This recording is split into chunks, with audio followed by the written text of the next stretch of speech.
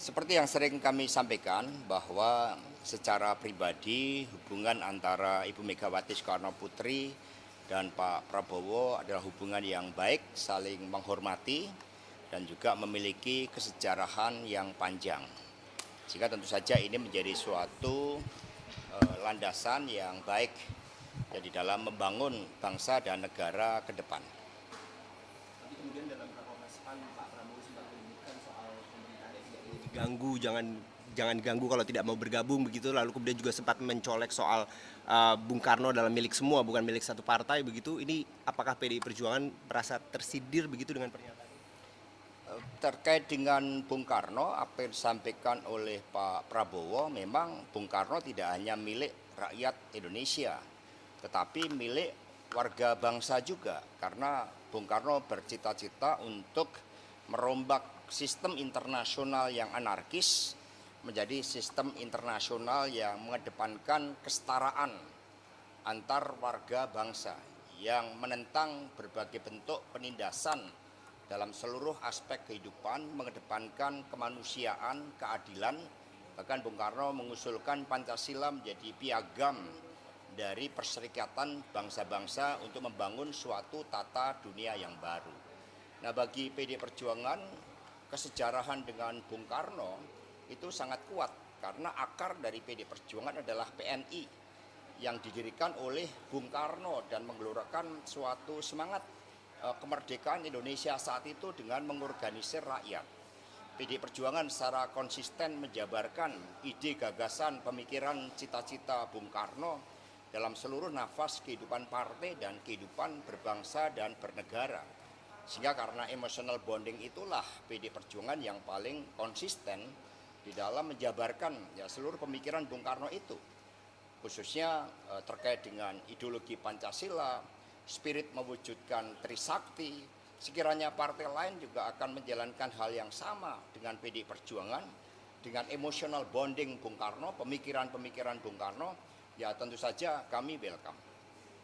Dan kemudian terkait dengan bagaimana tatanan sistem pemerintahan dibangun, ya kita melihat bahwa bagian dari suatu hukum alam tentang pentingnya check and balances, tentang pentingnya fungsi-fungsi di dalam teori politik. Ada yang berada dalam pemerintahan, ada yang berada di luar pemerintahan, ada yang menjalankan fungsi-fungsi penyeimbang, sehingga representasi dari rakyat itu betul-betul terwakili.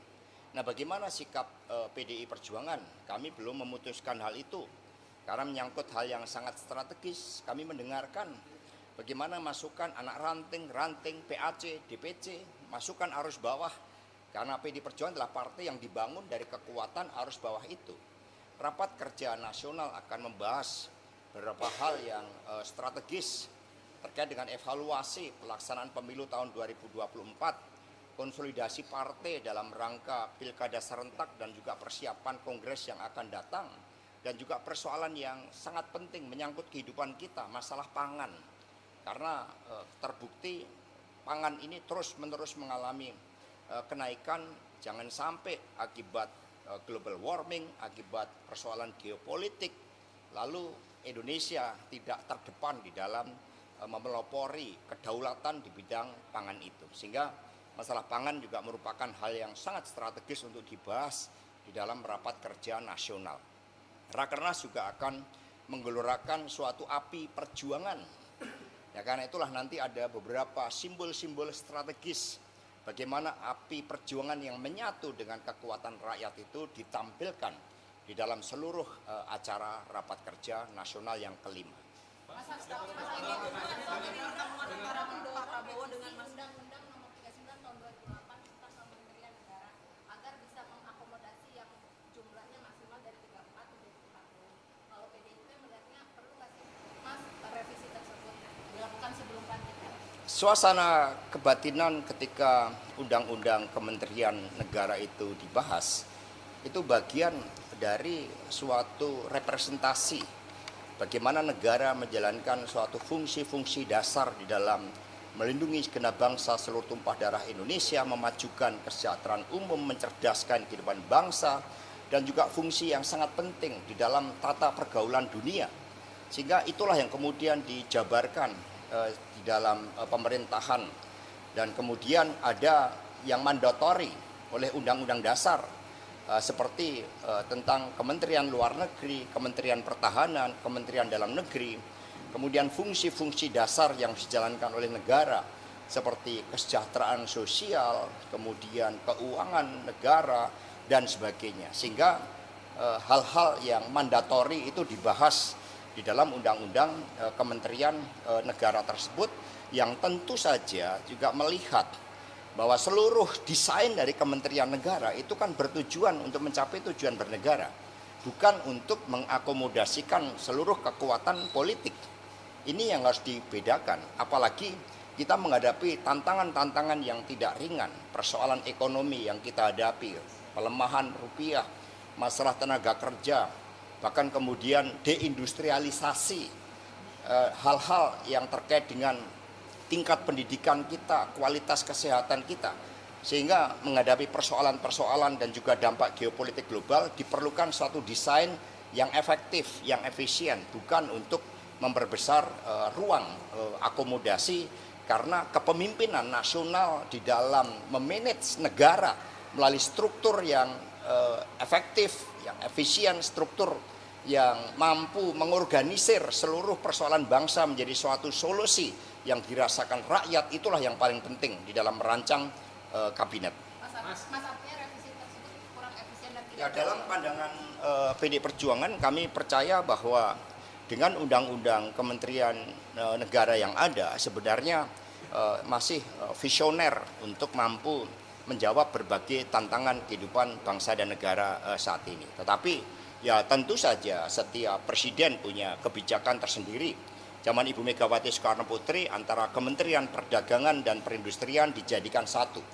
Kemudian pada periode pertama Bapak Presiden Jokowi kita melihat itu terjadi pemisahan, dan kemudian dibentuk Badan Ekonomi Kreatif misalnya. Jadi setiap presiden sesuai dengan mandatnya tentu saja punya suatu kewenangan. Tetapi bagi PD Perjuangan, undang-undang kementerian negara yang ada itu sebenarnya sudah mampu merepresentasikan seluruh tanggung jawab negara di dalam menyelesaikan masalah rakyat dan juga mencapai tujuan bernegara. Mas, apakah pertemuan Bu Mega dan Pak Prabowo yang belum terlaksana itu ada sinyal bahwa ada komunikasi yang mandek, dan itu kan dibahasnya sudah lama ya, sebelum Lebaran bahkan wacana itu muncul, dan apakah faktor Pak Presiden yang menjadi penghalang bahwa tidak ada keinginan? Ya, dalam momentum yang tepat ya, setelah agenda-agenda partai dijalankan, pertemuan akan dapat dijalankan. Kan kita kan punya agenda-agenda nasional di mana para pemimpin bisa bertemu bersama. Misalnya ada spirit 17 Agustus dan sebagainya. Nah, tentu saja komunikasi selama ini dengan Partai Gerindra misalnya itu dapat berjalan dengan baik. Di dalam pelaksanaan pilkada misalnya kami berkomunikasi dengan Gerindra, dengan Partai Golkar, dengan Partai Amanat Nasional, dengan PKB, dan hampir seluruh partai kami melakukan komunikasi politik tidak ada batas. Jadi apa yang terjadi di dalam dinamika politik di tingkat nasional itu juga diwarnai oleh apa yang terjadi di daerah di mana hampir seluruh partai saat ini berkonsentrasi pada pelaksanaan pilkada serentak itu. Ini membentuk presiden siapa? Apakah itu sudah dilakukan oleh Ibu Mega dan tanggapan dari Ibu Mega seperti apa? Ya, Ibu Megawati Soekarno Putri selalu mencermati dinamika kehidupan politik nasional. Beliau aktif berdiskusi, membahas berbagai persoalan bangsa dan dunia, termasuk hal-hal yang sangat fundamental seperti masalah pangan, kemudian global warming, itu menjadi agenda rutin dari Ibu Megawati Soekarno Putri. Sehingga hal-hal yang berkaitan dengan Presidential Club itu juga Ibu membaca, mendapat informasi dari media dan juga dari laporan yang kami sampaikan secara periodik kepada beliau. Mas Hasto Melihat kemudian kemarin setelah sindiran Pak Prabowo di Rakornas PAN, lalu kemudian sikap dari PDIP termasuk yang tadi soal kementerian ini mungkin tidak sejalan dengan pemerintahan yang baru, apakah terbuka kemungkinan untuk nantinya dalam Rakornas di akhir bulan ini PDIP akan mengambil jalur oposisi karena banyak membaca demikian? Yang kami luruskan bahwa di dalam sistem pemerintahan negara kita, sistem presidensial, ini memang yang dikenal adalah partai yang berada di dalam pemerintahan, partai yang berada di luar pemerintahan, dan juga ada kekuatan penyeimbang. Menyangkut hal-hal yang strategis, tentu saja PD Perjuangan akan melakukan kalkulasi secara mendalam. Tapi komitmen bagi PD Perjuangan adalah bagaimana berbagai persoalan-persoalan rakyat saat ini secepatnya dapat diatasi bersama-sama, dan PD Perjuangan bisa menggunakan seluruh instrumen dari 3 pilar partai yang bekerja di tingkat nasional, provinsi, dan kabupaten kota. Jangan lupa kami masih memiliki menteri-menteri yang berada di kabinet saat ini karena mengawal prinsip-prinsip pemerintahan yang dikedepankan oleh PDI Perjuangan. Dan kemudian sekali lagi Rakernas akan membahas hal-hal yang sangat strategis. Apakah sikap PD Perjuangan terkait dengan berada dalam pemerintahan atau di luar pemerintahan, nanti kita akan mencermati seluruh dinamika termasuk pembahasan di dalam Rakernas, karena nanti ada komisi sikap politik yang akan membahas setelah mendengarkan masukan-masukan dari DPD partai. Dari situlah kami akan formulasikan sikap politik termasuk bagaimana pemerintahan ke depan harus disikapi oleh PD Perjuangan. Mas, Rakernas apakah juga akan membahas soal sikap-sikap kandidat yang akan diusung di pilkada besok? Sebenarnya kami sudah sangat intens membahas rekomendasi calon kepala daerah. Nanti yang akan dibahas adalah suatu strategi bagaimana kekuatan mesin politik partai, di mana dengan ujian yang begitu berat, PD Perjuangan masih menjadi pemenang pemilu. Bahkan di tingkat kabupaten kota, kursi dari PD Perjuangan ini mengalami kenaikan. Ya, hampir 38 kursi di tingkat kabupaten kota. Ini menjadi suatu bukti bahwa kekuatan di tingkat grassroots ini akan mengawal pelaksanaan pilkada serentak. Nama-nama sudah banyak yang dikeluarkan surat tugas. Di dalam Rakernas nanti juga direncanakan bagi kepala-kepala daerah yang berprestasi akan dikeluarkan rekomendasi dari Ibu Ketua Umum. Makanya figur Bu Sri Mulyani kan paling disebut untuk jadi gubernur Jakarta. Apakah itu potensinya sangat kuat Bu Sri Mulyani jadi? Bu Sri Mulyani levelnya kan nasional dan dunia. Ya, menjadi Menteri Keuangan terbaik, dan kami sangat bangga. Pengalaman-pengalaman Ibu Sri Mulyani tentu saja juga harus menjadi bagian dari best practices yang kami pelajari untuk diterapkan sebagai bagian dari kebijakan kepala daerah. Termasuk terkait dengan Pilgub Jakarta, ya nama-nama baru dijaring, ini sangat dinamis, banyak nama yang muncul, sudah ada hampir sekitar 8 nama, dan banyak nama-nama besar yang sudah ada di kantongnya Ibu Megawati Soekarno Putri. Siapa saja Nama itu apakah mayoritas adalah profesional atau dari kader beberapa nama? PD Perjuangan kan terus mengembangkan suatu kepemimpinan yang memiliki makna strategis di dalam melakukan suatu penyelesaian masalah rakyat, tetapi juga membangun masa depan. Karena kami partai yang memiliki sekolah partai, sehingga nama-nama yang masuk itu dipertimbangkan, dan di Jakarta PD Perjuangan harus bekerja sama dengan partai politik lain. Kami sudah membagi tugas, siapa yang berkomunikasi dengan Gerindra, siapa yang berkomunikasi dengan PAN, dengan Golkar, dan sebagainya. Masuk Anies ya, di Jakarta Mas itu sempat menguat Mas. Ya, kader-kader dari PDI Perjuangan yang memiliki rekam jejak kepemimpinan yang baik, prestasi yang baik, itu banyak yang diusulkan. Dan nanti ada daerah-daerah yang merupakan basis PD Perjuangan, itu merupakan figur yang muncul dari proses penggemblengan kader, tapi ada juga yang kombinasi. Contohnya di Jawa Barat, itu kami melakukan suatu kombinasi antara eksternal dari partai lain dan internal. Di daerah Jambi, misalnya kami dorong ya kader partai yang muncul dari rekam jejak kepala daerah. Hal-hal seperti itu kami lakukan secara intens di DPP. Mas, untuk Jawa Barat kira-kira apakah mungkin akan berkoalisi dengan Gerindra atau mungkin dengan Golkar yang mereka udah punya nama, misalnya kayak Gerindra kan ada Deddy Mulyadi, kalau di Ya sangat mungkin. Sangat mungkin. nama yang diusulkan untuk mendampingi mereka misalnya. Ya misalnya dari PAN muncul Pak Bima Arya, kami sudah berkomunikasi. Gerindra Pak Deddy Mulyadi, kami juga memiliki rekam jejak sejarah yang baik. Dengan Pak Ridwan Kamil, kami juga menjalin komunikasi yang baik. Sehingga dari nama-nama yang muncul itu terus kami godok. Pak Ganjar selanjutnya akan tugasan kemana, Pak?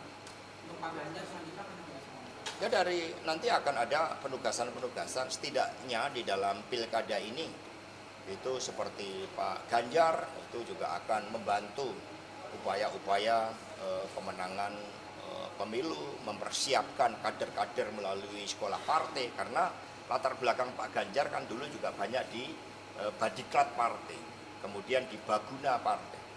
Sehingga secara periodik Pak Ganjar, Prof. Mahfud itu masih sering bertemu dengan Ibu Megawati Soekarno Putri membahas hal-hal yang strategis tentang persoalan bangsa dan negara. Pak Ahok belum lagi di Sumut, Mas. Jadi terkait dengan Pak Ahok, ya beliau dengan pengalamannya, dengan keberaniannya dan integritasnya juga memberikan masukan di dalam rancangan sekolah partai. Jadi saat ini kami sudah merancang sekolah partai untuk calon kepala daerah. Di situ kami juga melibatkan Pak Ahok, Ibu Risma, kemudian ada Pak Ganjar untuk merancang kurikulum agar best practices dari keberhasilan para kepala daerah PD Perjuangan bisa diterapkan ke yang lain. Surabaya misalnya itu paling cepat di dalam mengatasi stunting. Dan kemudian di Semarang misalnya itu city farming itu dikelola dengan baik. Itu semua dari kepala daerah yang nantinya akan ditampilkan di Rakernas. Jadi di Rakernas PD Perjuangan nanti ada laporan kepada rakyat berupa hal-hal apa yang sudah dilakukan oleh PD Perjuangan untuk rakyat, bangsa, dan negara. Masuk Jawa Timur, kira-kira apakah PDIP akan bersama Kofifa atau akan membuat koalisi sendiri? Karena Pak Kofifa lebih condong untuk dengan Mas Emil lagi di putaran. Ya Pak Said Abdullah selaku yang ditugaskan di Jawa Timur melakukan komunikasi yang intens dengan Ibu Kofifah. Ya tentu saja itu juga menjadi suatu opsi, tetapi kami juga punya opsi lain untuk misalnya memadukan kader PD Perjuangan yang berprestasi dengan partai lain, ya misalnya PKB. Kemudian ada juga dari Golkar yang juga sudah berkomunikasi, dari Gerindra, sehingga nama-nama saat ini masih pengerucutan, mengingat pendaftaran itu kan baru dilakukan pada 24 sampai 27 Agustus. Surat tugas yang tadi disampaikan itu contohnya siapa saja, Mas? Surat tugas yang tadi diterbitkan. Contohnya Bupati Ngawi dan Wakil Bupati itu tetap. Kemudian Wali Kota Surabaya dan Wakil Wali Kota Surabaya itu juga tetap.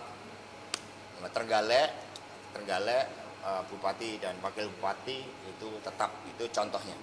Di Jawa Tengah akan dibahas hari Selasa, dan kemudian di beberapa wilayah Indonesia Timur ya, seperti Maluku, Papua itu juga sudah dikerucutkan. Berarti untuk yang tingkat provinsi itu belum ada nama yang resmi. Ya kita mulai dulu dari kepala daerah, ya, dari PD Perjuangan sama wakil kepala daerah. Kemudian Indonesia Timur kami prioritaskan mengingat medannya harus diputuskan lebih awal. Baru kemudian daerah-daerah ya seperti Jawa Tengah, kemudian Jawa Timur, Bali itu nanti. Ya cukup ya.